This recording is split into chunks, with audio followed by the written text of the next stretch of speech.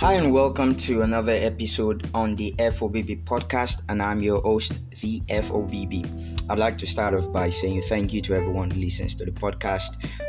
You all are amazing, and thank you to everyone who makes it a point of duty to share this content with the family, the friends, the network. It's because of you that we've come this far. Thank you for all that you do. I truly love and celebrate you, and I look forward to doing more with you.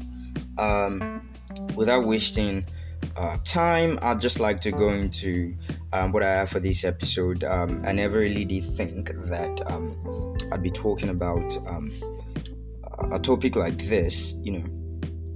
Yeah, I've heard quite a number of things around topics like this, but it really didn't cross my mind or didn't come to my heart that I'd be doing a talk, on it. So what exactly is this about? So I've titled it When Life Makes No Sense, and this is essentially addressing the subject matter of existential crisis. So how did this topic come about? I'd really say it's funny. Basically, I finished the last episode, taping or recording the last episode, as it were, and it just dropped in my heart, and I had to start to do some little bit of digging about it, doing some bit of research about it, and that's when it crossed my heart, like, wow, this is such a big deal, and it's something worth really talking about, and that's what we're going to be doing in this episode, as it were. So when life makes no sense, essentially, I'm sure that each person at some point or the other would have been at that stage where we experienced the feeling of meaninglessness to life, and this can be really, it can come with a lot of frustration, it can come with a lot of fear, it can come with a lot of uncertainties, it can come with a lot of negative backlashes, and consequences, or it can come with negative outbursts, as it were. And when it comes to the subject matter of existential crisis, we have some questions basically that comes to mind, and people who have been at this point would really agree with me, or people who are currently going through this phase in their life will agree with me that you have questions like, who am I? Questions like, what am I doing? Questions like, where do I go from here? My life makes no sense. What do I do? And a whole lot of other questions like that. But one thing I believe is, once a problem has a name, then it has a solution. No matter how long it takes to actually get the solution, once a problem has a name, it has a solution. I'm a strong believer of that. Once you can put a name on a face of a problem, it has a solution. So I like to start off by saying, psychologists really have defined. They say that existential crisis is related, or basically it stems from some bits of inner conflict, characterized by the impression that life lacks meaning, or from confusion about one's personal identity or one's life's purpose. I've been there at some point, actually thinking about it, that all right, so exactly why am I here? And sometimes when you think about some of the things that happen in the world, you really want to, okay, so why are we all just living, going in circles, knowing that this is still what's going to be the end? You see some persons who seemingly have a beautiful life, and it all just ends in a flash, so it's something basically that I'm sure that each and everyone at some point or the other we have gone through.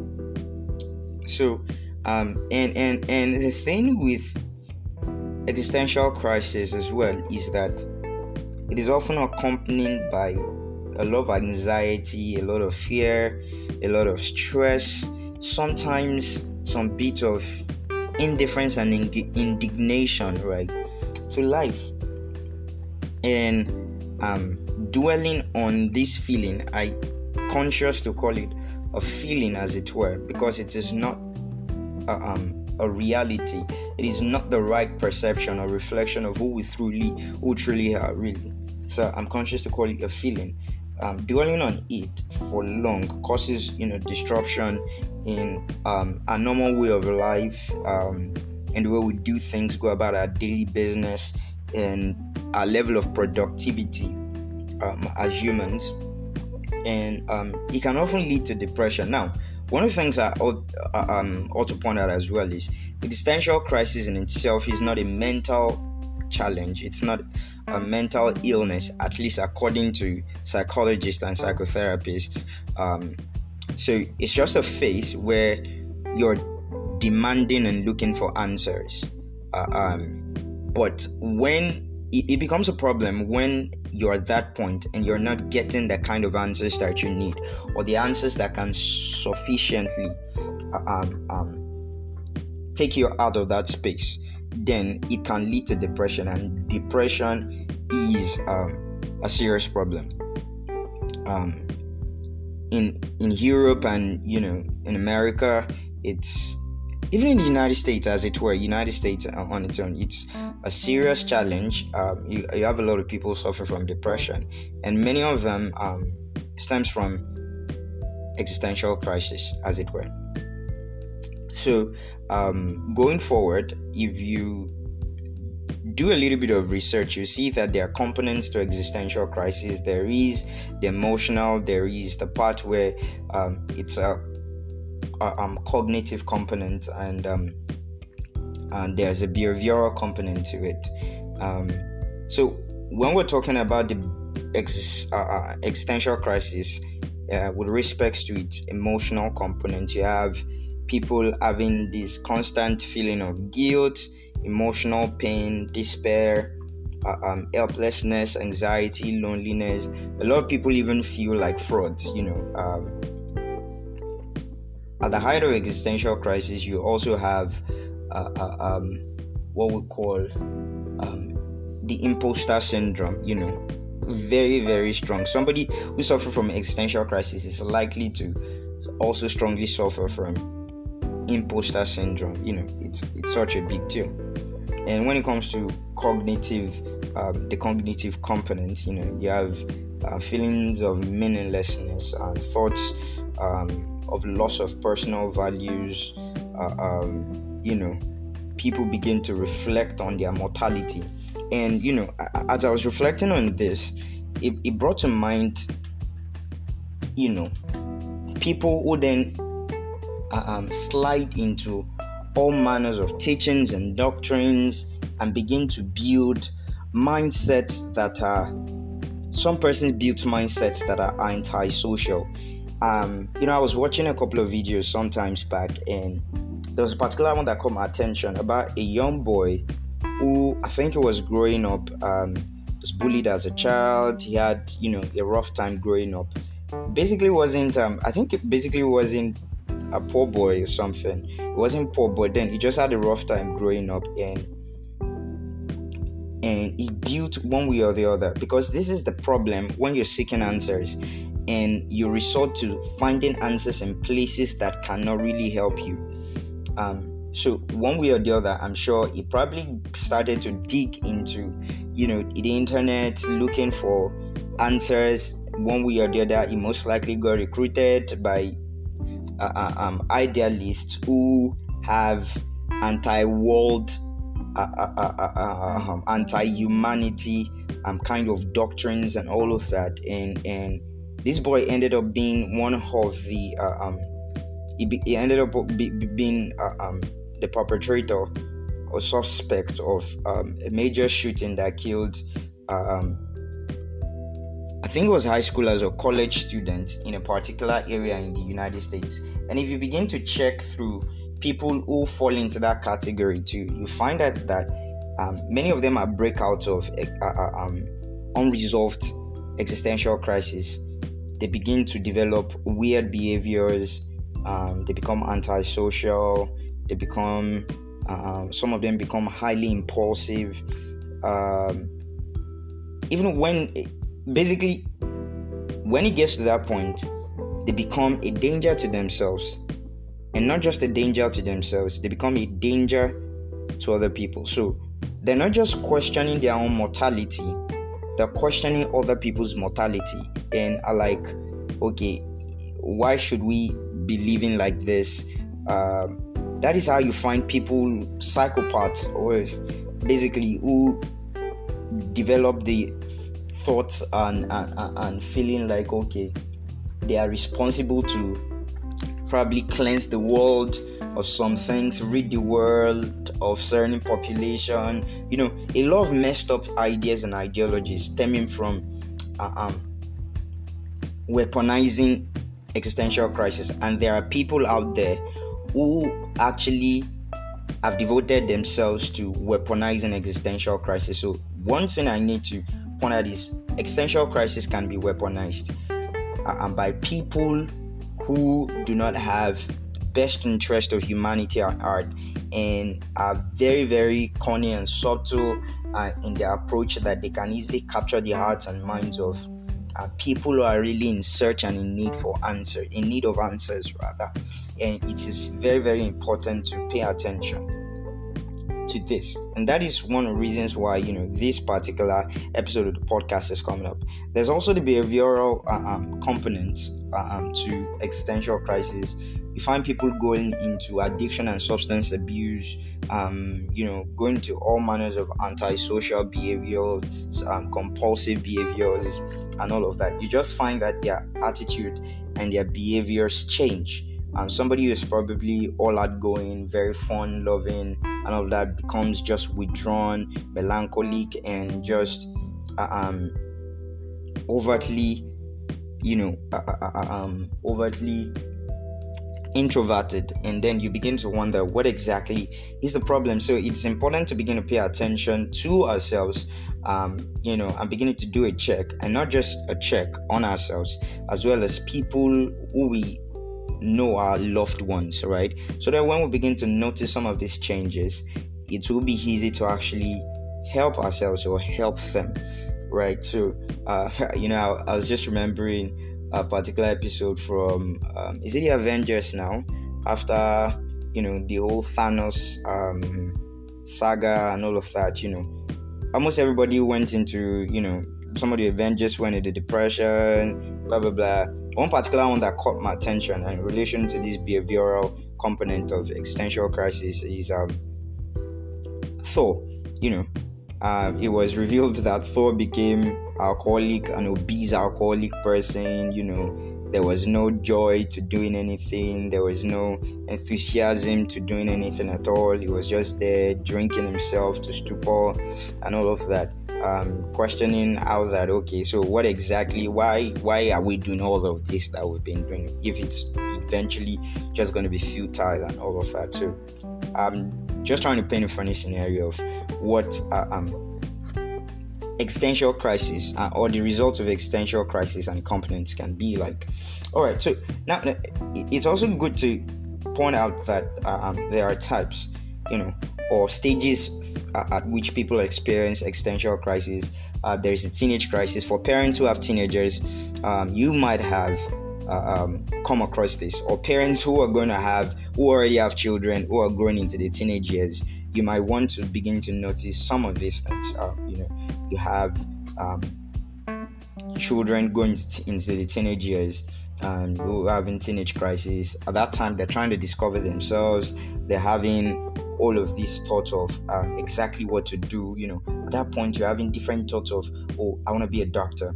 But all of a sudden, you want to be an engineer as well. All of a sudden, you want to be a musician. All of a sudden, you want to be a basketballer. You have a whole lot of things going on through your mind. You have a whole lot of adventures you want to go on. you have a whole lot of things that you just want to accomplish, and then you're beginning to wonder, you have a lot of gift and talent manifesting, you have a whole lot of ideas popping up your mind and all of that, and it's hard to actually put it together and be able to wrap your head around it. And then you're at that point like, okay, so exactly what am I supposed to be doing?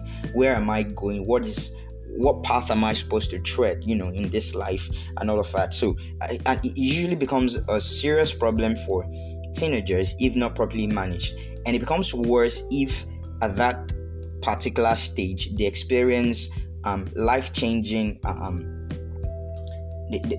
they experience life-changing turns, or there are things that happen around that time that greatly impact the trajectory of their lives. Maybe the loss of a loved one, or the loss of a parent, or they have to relocate to a new place, or major changes in life usually affect a whole lot at that particular point. So it's important to pay attention, as teenagers and as parents of teenagers as well, or if you have younger ones that are teenagers, you might want to help them at this stage. It's important to pay attention to them.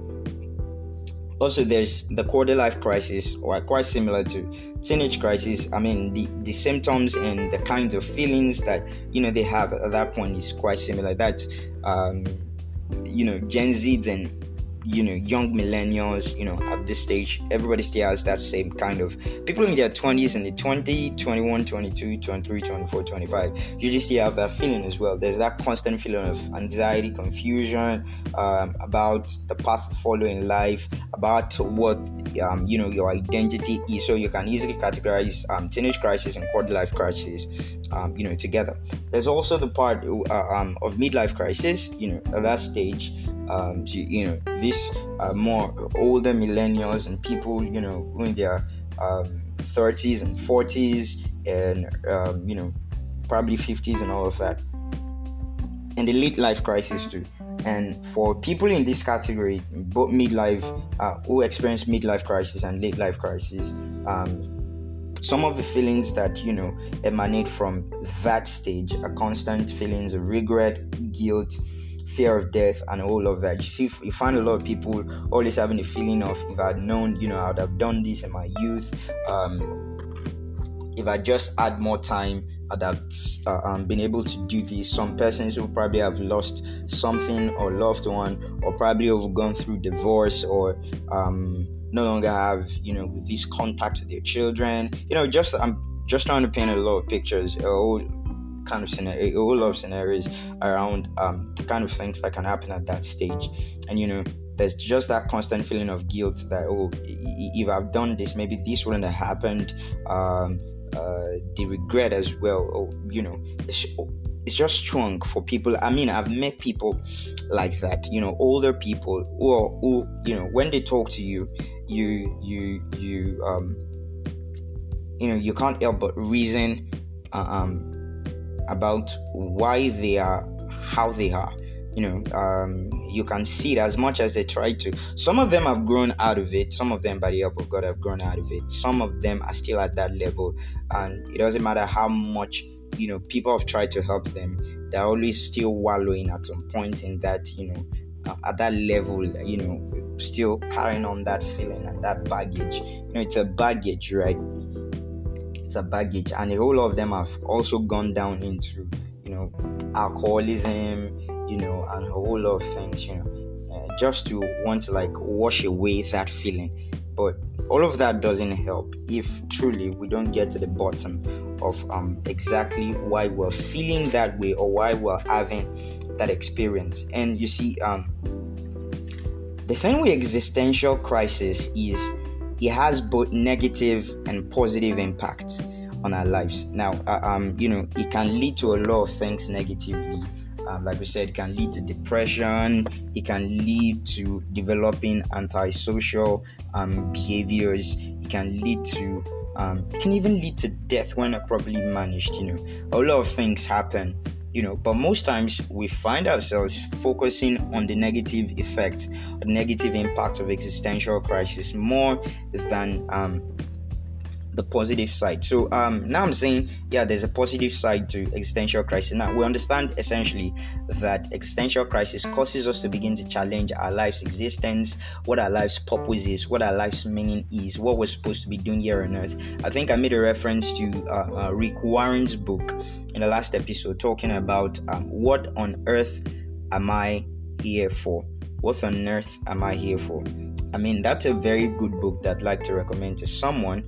You might also want to get yourself books by Dr. Miles Monroe of blessed memory. He has a whole lot of books on purpose, on on discovering purpose, on finding purpose, of living in purpose, and all of that. So you might want to find some of those books and read. They'll do you a whole lot of good. The Purpose and Power of a Woman, The Purpose and Power of Man, and a whole lot of that. There are just a whole lot of books that you might want to, especially Dr. Miles Monroe and that particular book by Rick Warren. You might want to get those books. Now, so essentially, like I was saying, existential crisis challenges our existence. It brings the question to our hearts about what our existence is, what our life's purpose is, what the meaning of our lives is, of our lives are. And so the positive side to it is that it offers us the opportunity to actually go on to discover the answers to these questions, right? It helps us to find ourselves truly when it's properly managed. It helps us to get in touch with our values, discover our purpose, and it helps us to take on or develop new or renewed energy to face life with joy. Because it means when there's a question that begins to pop up in your heart, that means there's an answer to be found. And you find the right answer, that means you can progress. And then you progress with joy, knowing that you have actually gotten the right answer, So when it comes to existential crisis, it's not entirely bad in itself. In fact, I'd say that it's a very important part of our human life and human existence, because when we get to that point where we're beginning to want to get answers about who we really are, I think that is the nudge of God on the inside of us, pushing us to want to discover who He has really made us to be, right? It is more or less like an alarm on the inside of us to help us to get on the path of purpose, actually. So especially when it is like we're deviating from His plan and purposes for our lives. So it's more like that alarm that goes off on the inside of us that gives us a check to begin to want to find the real answers as to who we really are and what God has made us to be. So in itself, existential crisis is a positive thing. Depends on the way you look at it. Existential crisis is a positive thing. You can see it as that beacon, as that alarm, as that nudge on the inside of you that tries to redirect you onto the path of purpose, or direct you on the path of purpose, or open your eyes to who God has really made you to be. Basically, this is what this podcast is all about. It's about helping people or redefining purpose on people who are hungry and thirsty for a life of significance, and helping people come to the realization of who God has made them to be. Right, so existential crisis is not entirely a problem, right? If you think about it in the right perspective. So existential crisis,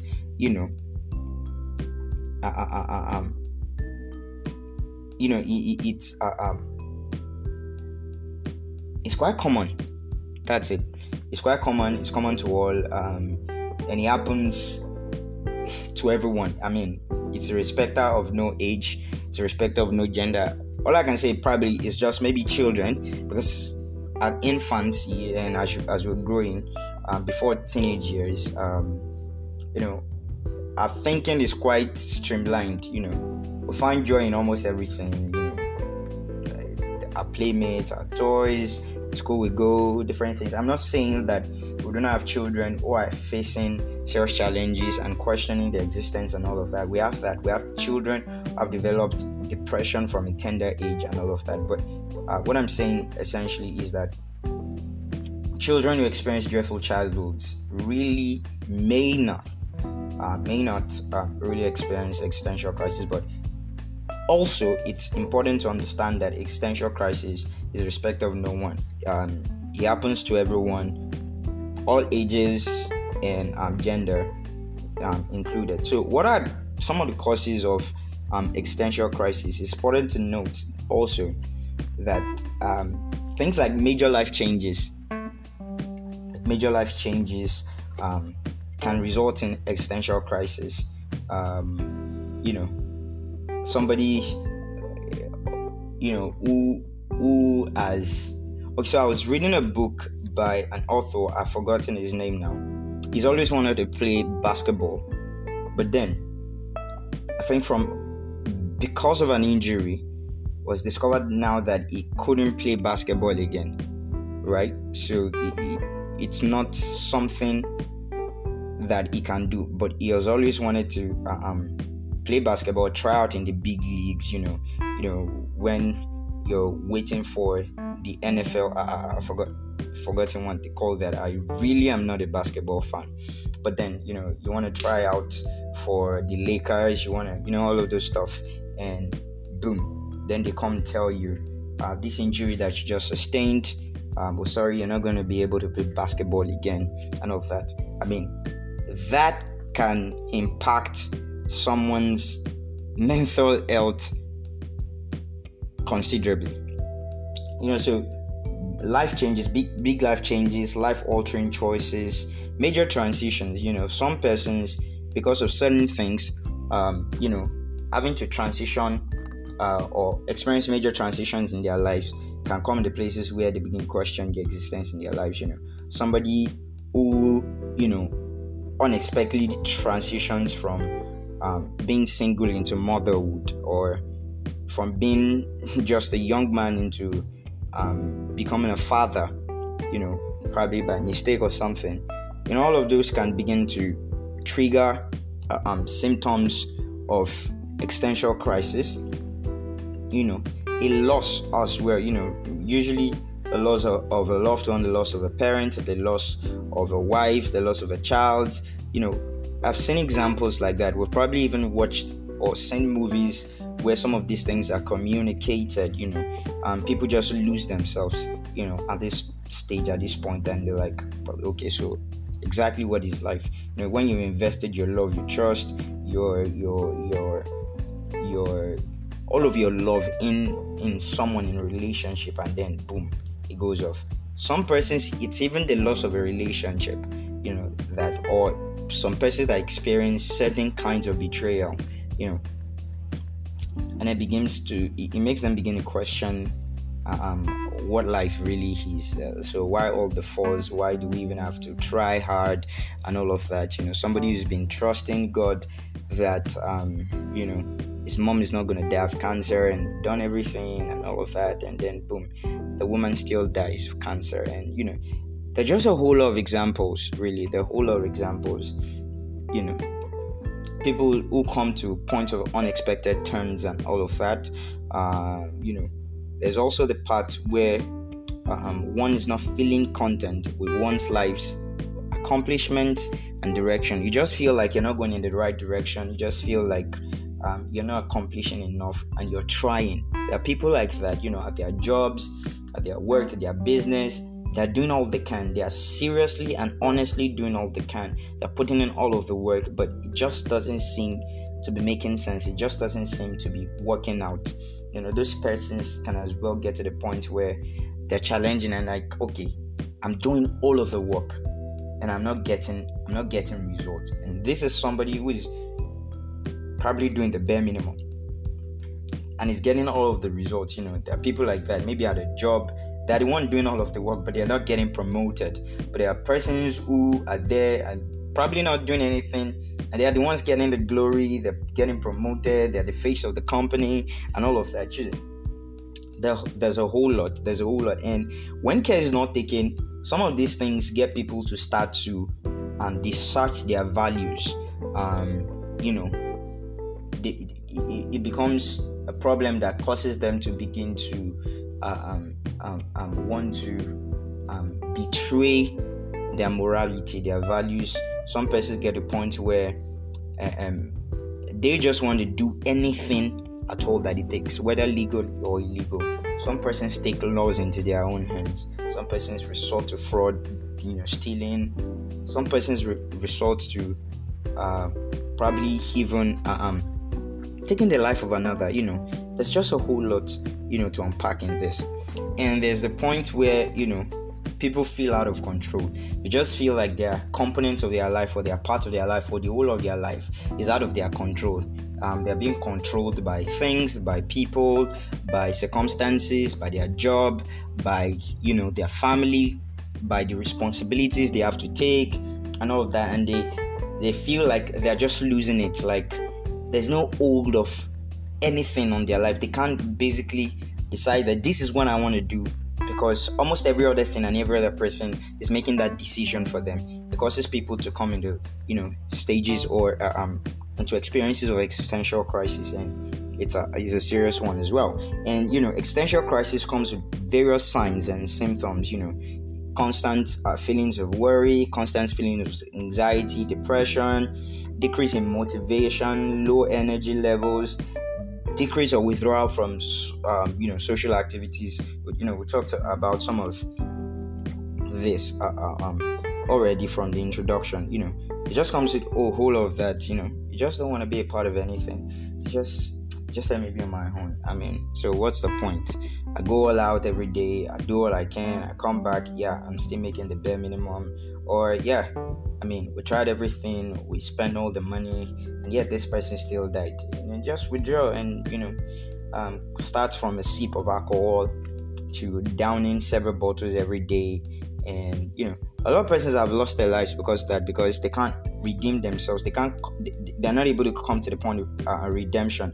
For some persons it's because of the mistakes they've made, and they can't seem to bring themselves to a point of self-forgiveness. They can't forgive themselves, and they can't forgive the situation, and whole of that. So it's a serious challenge. Some persons have found themselves in positions where they had to do something they were not supposed to do that landed them in jail. It's a whole lot, and it's important to pay attention to some of these signs. When you're beginning to experience constant anxiety, some persons experience panic attack. They just think about what's next, and then there's that panic that just overwhelms them, that grips them, and it makes them do the wrong things. Some persons, it's just constant feeling of fear. They can't seem to do anything right, and when they're at that point, they can't seem to do anything right. And some of that is probably because of previous experiences. They tried to do something, it didn't work out, or resulted in some serious stuff, and they can't seem to get their minds off it. And once there's another opportunity to do something big, that fear comes again. A whole lot of things like that. So it's important to begin to pay attention to those signs and symptoms of existential crisis. When you discover you're falling into depression for certain reasons or the other, you need to pay attention to that as well. Don't allow yourself to get lost in it. We need to look on the brighter side of okay, so now that I'm feeling this way, I'm questioning what my values are. I'm questioning the reason and the source of my existence, why exactly I'm here on earth, why I have to go through all of the trouble, why I have to do all of this, why I have to do this job, why I have to have a family, why I have to be responsible as a man, why I have to live life on a daily basis. There are persons who have gotten to that point. So why do I actually have to live? And that is what leads some people rather to suicide. They just life doesn't make any sense, and that's why the title has been coined as "When Life Makes No Sense." Just at that point, so why do I have to live? And then they probably overdose on something, or take certain pills that'll kill them, or anger themselves, or shoot themselves, a whole lot of things like that. So it's important to begin to pay attention to these things and look on the brighter side of, like I said, that There's a positive side to it. It doesn't have to be negative all the time. And when you're at that point, it gives you the grace for introspection, looking inward, into yourself, and trying to figure out, okay, so now that I am at this point, what can I make of it? What is God trying to tell me? What exactly is my life's purpose? What on earth am I here for? What can I make of my life? Even if I've made a mistake that's led to certain consequences, can I make a message out of this mess? Can there still be a glorious story, from these rubbles? Can there be walls built up from these rubbles? Can a glorious edifice still come out of these ruins? That's the point where we're supposed to come to, not to lose ourselves.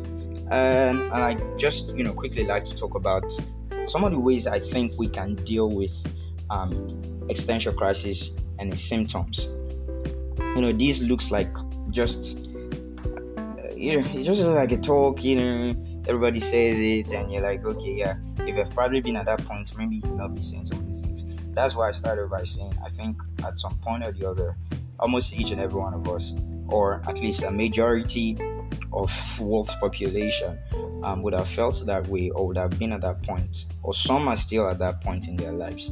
And this is me just speaking to us from my heart and from some of the research that I've done and the understanding that I've gotten. And I think it can be combated, it can be dealt with, and it can be turned around. And one of the ways I think we can deal with it is, expression. Basically express how you feel. There's this common saying, they say a problem I've shared, a problem shared is half solved, rather. A problem shared is half solved. That means, when I started, I said that when a problem already has a name, that means a solution is not far away. And that's just the reality. When you talk about your feeling, what you're feeling, sometimes that's all that it needs to take. You just putting out there in the wind. I'm not saying sometimes talking about it brings all of the solution. I'm saying it's the start of the journey to healing. But when we bottle it up, sometimes we find redemption quite hard. We find solutions quite hard. We find it hard to heal, right? So don't bottle it in. Express how you feel. Talk about it. Now, one of the challenges I think some people have is having the right persons to talk to, because I found examples and I've seen stories of people who actually talked about the problems they had, but they talked about it to the wrong people. And talking about it to the wrong people made it even worse. And I'd say one of the best places is not social media, except you have somebody that you really think can help you. I mean, there was a time that there was, I think it was a lady who put something she was feeling out there on social media, and the way, I think it was Twitter, and the way Twitter works sometimes, people can be crazy on that space. I mean, Twitter is a jungle, and there was just backlashes on some of the things that she put there, and it was later revealed that the lady committed suicide. So it's important to know who to talk to. Really, not everybody is fit enough to understand you. Not everybody can understand you. But I would say, if you want to talk to somebody, talk to trusted friends.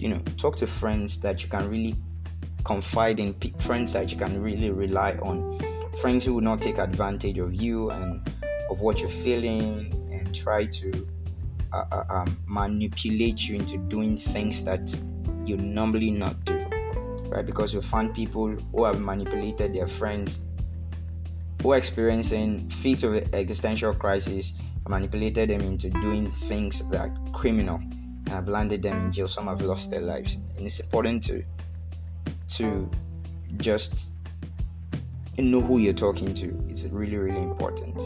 Sometimes you've talked to people who make a mockery of your state, your state of mind, or what you're going through, and just talk about it to other people, or I don't know, You just so it becomes worse. You confide in somebody who tells your secret out to the world without necessarily helping you. So it's important to know who to talk to. Really, so talk to trusted friends, talk to people you know can help, talk to family members. Really, there's nothing like the love of family. If you truly have a family that loves you, you're blessed. Truly have a family that loves you, that wants to listen to you, that wants to help you, that wants to see you grow, that wants to see you fulfill purpose, discover purpose, fulfill purpose. You're blessed. So there's nothing like the love of family. So you might want to talk to your family, your dad, your mom, your sister, or you have a brother or an uncle that's really interested in your growth, your fulfillment. You might want to talk to them. You might want to talk to mentors or accountability partners, people you hold in high esteem, who you know really have your best interest at heart, wants to see you succeed in life. You might want to talk to them. You might want to talk to a counselor as well. You might want to talk to a counselor or a therapist. Basically, you might want to talk to those people, because especially when things like depression is coming in, you might want to talk to a therapist or a counselor to help you, right? So it's important. So talking about how you feel is one of the very first ways by which we can conquer or defeat experiences of existential crisis. One other way I think we can deal with this is to find joy in the small things. You see, when we get to that point where we begin to challenge things, why is my life like this? Life doesn't even make any sense. What do I do? Where do I go from here? Why am I experiencing this? So people begin to ask questions like, God, why me? Or, a whole lot of things like that. I think one of the best ways to actually get a grip of ourselves and to also begin a journey to healing and finding answers is to go back to start to find joy in the small things. Rekindle the spark that gets you to that point of joy, things you're passionate about, things you're joyful about. Go back to doing things that you used to enjoy doing, things that you used to enjoy doing, maybe as a kid, as a young adult. Go hiking with friends, go on a journey, travel, see the world if you can. Go to places you've never been before, get an adventure, get an hobby. Maybe you're somebody who likes to paint, you might want to go back to it. Somebody who probably likes to do photography, go back. I'm just citing examples, as it comes to mind. The little things, experience nature, really. Experience nature, experience life. Don't be uptight. Look beyond your problem at that particular point in time. Look beyond what you're feeling, experiencing at that particular point in time, and you might just begin to rekindle the spark that helps you to see beyond yourself at that point and helps you to begin to see the things you're passionate about and what your life's purpose is. So that's also one of the ways by which we can deal with existential crisis. And so it's also important to begin to focus on the things that you can control. There's the point where you get to and you would just want to have all of the cards. You just want to be able to control everything. But the reality is you're not God. You can't control everything. You can't, just like the same way you can't control when rain falls, when the sun comes up, when snow falls, when the tree goes yellow, when you can't control the weather, you can't control, it's just the same way you can't control certain things about your life. You can't control who stays, who leaves. You can't control who dies and who doesn't. You can't control, there are all just a whole lot of factors that you can't control in life, but you need to begin to focus on some of the things that you can control. You can control your reaction. You can control your responses to things. You can control, what your expression is to things. You can control some little things in your life. You can control where you go. You can control who you talk to. You can control who you don't talk to. So begin to focus on some of the things that you can control. Just like I said, you're not God. So focus on the part of your life that you have a handle on. Focus on the part of your life that you have a handle on. And you find it easy to begin to put the pieces together. So when you focus on some of those things that you have an handle on, that you can begin to make work, the moving part of your life that you can actually make work, then you find it easy to actually do life without the pressure of wanting to see, all of the big things work and, make all of those things work. Just focus on the things that you can control. Focus on your reaction and your responses to situations, to people. Focus on being happy. I think that's important. Focus on being happy. You alone determine how and when to be happy. Nobody can be happy for you. Nobody can determine your happiness. You alone determine how and when to be happy and how long to be happy. So you need to find joy from within. And that's very, very important. And one of the things is being grateful. You see, the practice of gratitude is a very key tool, very key instrument to healing or recovering from existential crisis. Being grateful helps you to appreciate the order in the chaos. That's it. In the atmosphere of joy and gratitude, you'll be able to see beyond the problems. You'll be able to see beyond what's not working. You'll be able to see the little things that matter, that your judgment has been clouded from. So it's important to have an attitude of gratitude, to begin to practice that. And when you practice gratitude for both the big things and the small things, your health, your family, the air you breathe, the family you have, your co-workers, your children, your wife, your car, just all of the little things around you, and your job, the big things, the big achievements you've made in the past, the ones you're currently experiencing, even the things that you don't work at. The Bible says that in all things give thanks. Even when things are working out and when things are not working out, give thanks. So it's important to give thanks in all things. And it's really, really important. It's one key that a lot of people, forget. When we do this, it brings our hearts to a point where we see beyond the now. We see beyond the present. It opens our eyes to see into the beyond, into the future, and the possibilities that are available, such that we begin to come to a point where we're like, okay, irrespective of what is going on right now, I see a better future ahead. The practice of gratitude and the attitude of joy sparks faith in our hearts for what God is able to do. Right. So it's important to practice gratitude. Be thankful for the little things. Be thankful for the little things. Be thankful for the big things. Don't just come to the point where you're complaining and just challenging everything when things don't work out. Be thankful. So it's important to be thankful. And some persons, also, okay, let me put it this way. When you're practicing gratitude or you're being grateful, it causes you to come to a point of reflection and meditation. You meditate on the goodness of God. Let me just put it that way. You meditate on the goodness of God. And when you see how good God is being to you, it helps you to live, basically. It helps you to live. You meditate on those good things. And even when you think about the bad, you are able to see, like I said, the order in the chaos. You're able to see the beauty in the ashes, right? Irrespective of what has happened, irrespective of what is happening, you can see beyond it and see into the goodness of God.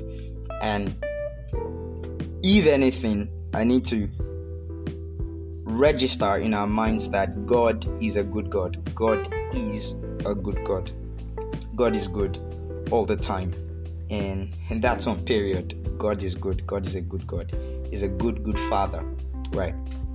So it's important to pay attention to that. And you know, you might want to keep a gratitude journal as well, because sometimes it's hard to lose track of the good things that are happening to us, the beautiful things that are happening to us, the things that we really ought to be thankful for. So when you keep a gratitude journal, you write down the things that has happened to you, the good things, the beautiful things, the little successes and accomplishments, the big successes and accomplishments. You write them down. It's easier to reflect on the goodness of God and what God has done for you and the beautiful things that are in your life and be thankful for them. So that is as well important. And you might want to join a support group as well, because sometimes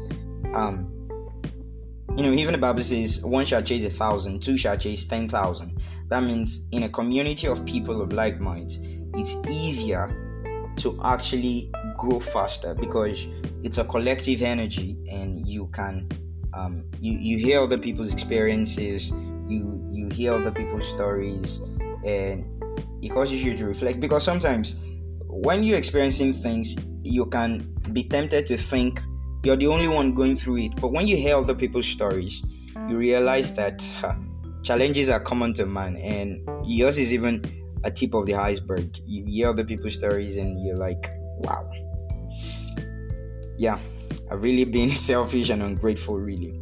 So because there are just people out there who are I'm tempted to use the word, who are saying shaggy.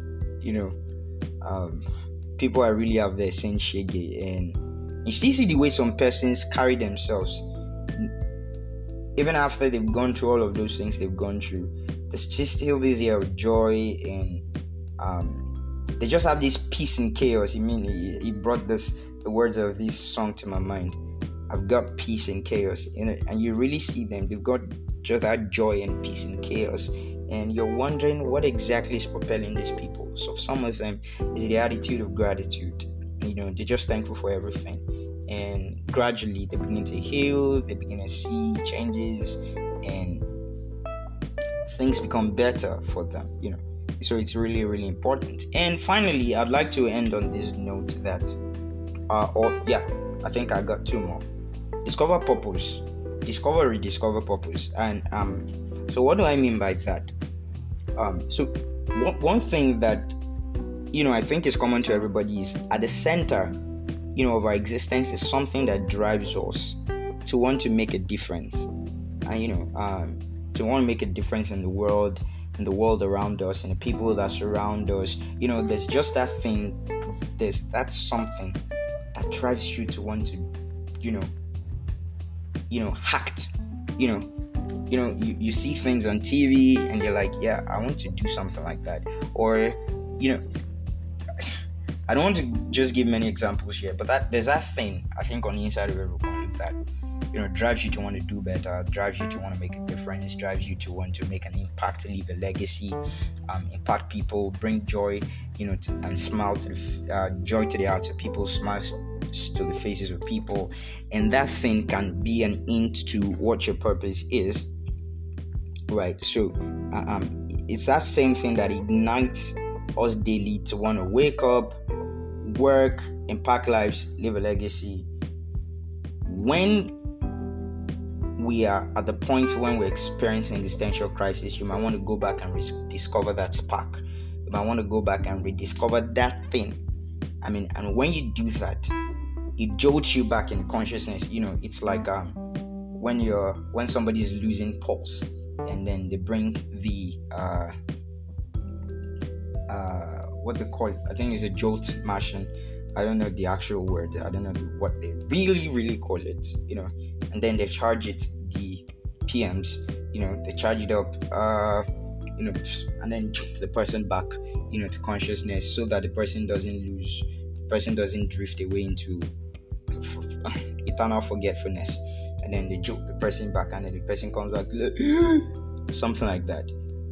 It's like when we rediscover purpose, there's that consciousness that comes back into us. There is that, you just come back. Yes, this is who I am. This is who God has really made me to be. So when you're at the point where you're experiencing symptoms and fits of existential crisis, and you're like, life doesn't make sense, or when you're at that point when life doesn't make sense, you might want to go back to rediscover that spark, rediscover that thing, rediscover that purpose for your life, right? And one other key to rediscovering purpose is find the things that you're dissatisfied about in life that you want to bring a change to. That might be a very good key to bring you into rediscovery of purpose. All right. And on a final note, I want to say that go for God. I mean, your search for meaning, the search for meaning to life ends when you find God. He is the source as well as the sustainer. I mean, He's the fullness of Him that fills everything. I mean, Ephesians chapter 1, verse 23 in the Bible says that, and you are His handiwork. I mean, He created you. And, Bible says in Ephesians 2:10 that we are His workmanship created unto good works. And you're fearfully and wonderfully made. That was the psalmist David speaking in Psalms 139, verse 14. It says, "For I'm fearfully and wonderfully made." And the reality is that God is mindful of you. God loves you. He created you. I mean, He's your Father. That's who He is to us. He's our Father. And if He's made us, the Bible makes us understand that we were made in His image and in His likeness. That's in Genesis chapter 1, verse 27. I mean, so if He made us in His image and His likeness, I mean, that means everything about us is in, everything about us, He has it. He knows it. He knows the end from the beginning. He knows everything about us, what we'll do, what our life's purpose is, what the meaning of our lives is, why we're going through what we're going. He has all the answers to the question. He holds all of the cards. I just remember the words of this song. He's got the whole world in His hands. He's got the whole world in His hands. He's got the whole world in His hands. He's got the whole world in His hands. And that's just reality. He's got the whole world in His hands. That means including you. So if He's got the whole world in His hands, so everything about you, He knows it. He has it. He owns it. He has all of the answers. He has all of, the variables that you're trying to figure out. He has it all in His hands. And the best person or the best place to find the answers that you're seeking when life makes no sense is in God. It's in God. But many of us don't have a relationship with God, as it were. Many of us don't have that relationship with Him as a Father. Some of us know about Him, but we don't know Him. And He wants us to know Him. Because when life makes no sense, it doesn't matter the amount of permutation and combinations that we make, all of the calculations we make about life, we can still end up at the point where it still doesn't make sense. Because the end to the meaning of life, the end to the search for meaning and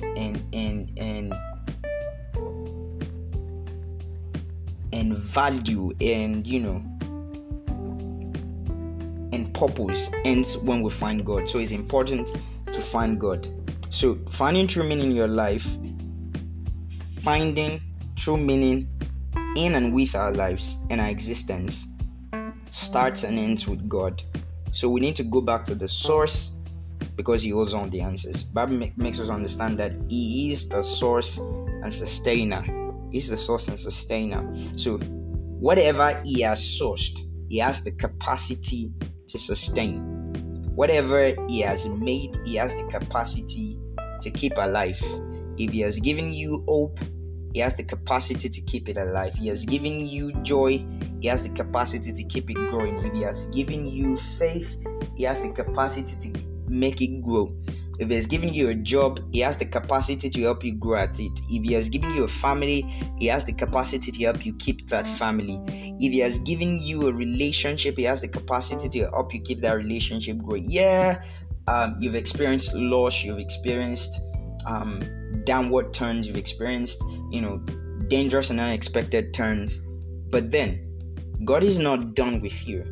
He still has something He wants to make out of that experience, and He's only calling out to you. Say, don't do this alone. Come to me. The Bible says, "Come unto me, all you labor and are heavily laden, and I'll give you rest for your souls." What some of us are looking for is that rest. But the best place to find rest is in God. The best place to find rest is in God. The best place to find rest is in God. So when life makes no sense, find rest in God, because it all begins and ends with God. That's just the reality. It begins and ends with God.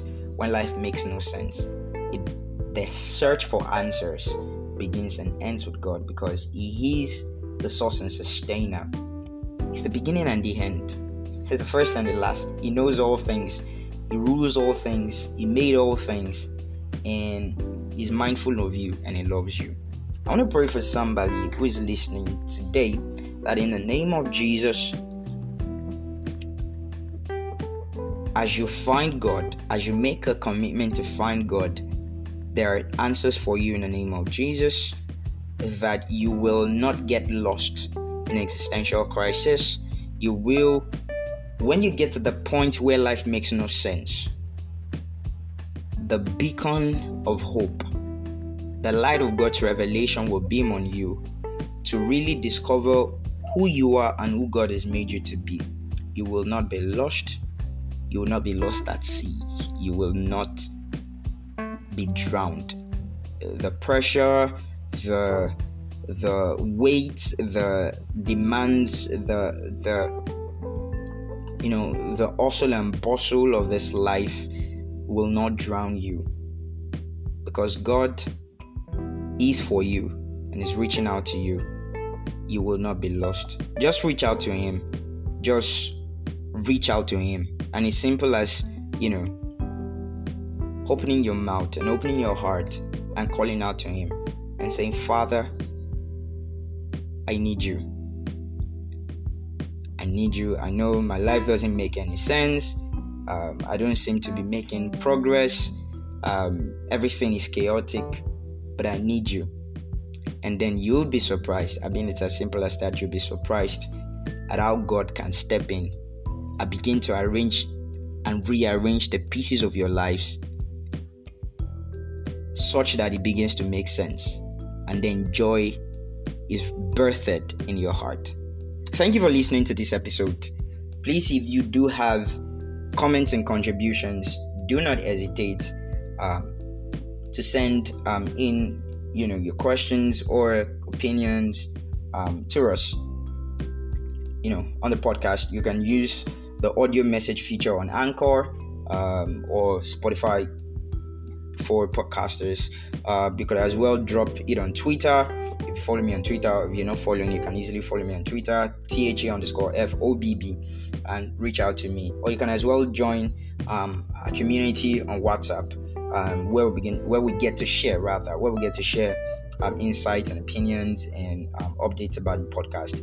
So you can easily connect with us on the community. The link will be added in the description of the podcast for this episode. So thank you once again for listening. I call you blessed. I love you and I celebrate you. Bye-bye.